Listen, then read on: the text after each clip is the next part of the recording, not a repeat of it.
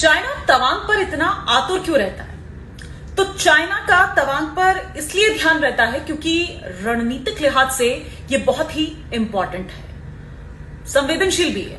ये तिब्बत के साथ चीन की सीमा पर स्थित है। ये दलाई लामा का जन्म स्थान है। चाइना से तिब्बत का हिस्सा मानता है और चाइना तवांग पर नियंत्रण स्थापित करना चाहता है ताकि जो तिब्बत के साथ एलएसी की निगरानी है वो आसानी से कर सके और दलाई लामा को एक अलगाववादी नेता मानने के कारण उन्हें वो नियंत्रित कर सके। लेकिन सिर्फ इतना ही भर नहीं है।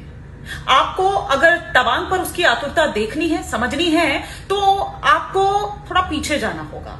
आपको इतिहास खंगालना होगा।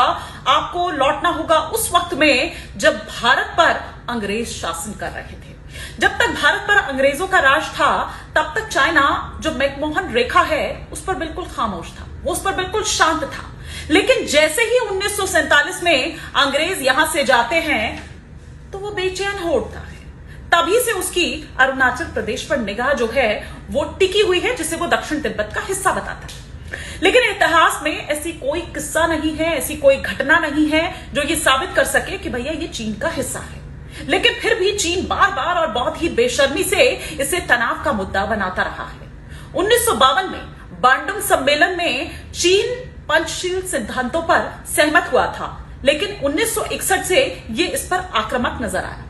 1962 में भारत और चाइना के बीच पहला जो युद्ध है वो हुआ था। इसमें तवांग को हड़पने की पूरी कोशिश की गई। लेकिन तवांग की लड़ाई की जब आप बात करते हैं ना, या आप आज भी अगर उसके बारे में पढ़ें जानें, तो वो रोंगटे खड़े कर देती है। वो ये बताती है कि ऐसा बताया जाता है, ऐसा कहा जाता है कि इसमें भारत के 800 सैनिक शहीद हुए थे और 1000 ऐसे जिनको चाइना ने बंदी बना लिया था। पिछले इतने वक्त से हम ये भी देख रहे हैं कि सीमा के पास जो चाइना है उसने किस तरह का जो इंफ्रास्ट्रक्चर है किस डेवलप कर लिया है, किस तरह का निर्माण कार्य है जो किया है। यहां पर हाईवे से लेकर अगर हम मिलिट्री पोस्ट की बात करें तो वो बना ली गई है, हेलीपैड की बात करें, मिसाइल लॉन्चिंग साइट की अगर बात करें तो वो यहां सब है। और चिंता की बात यह है कि ये तवांग के पास है।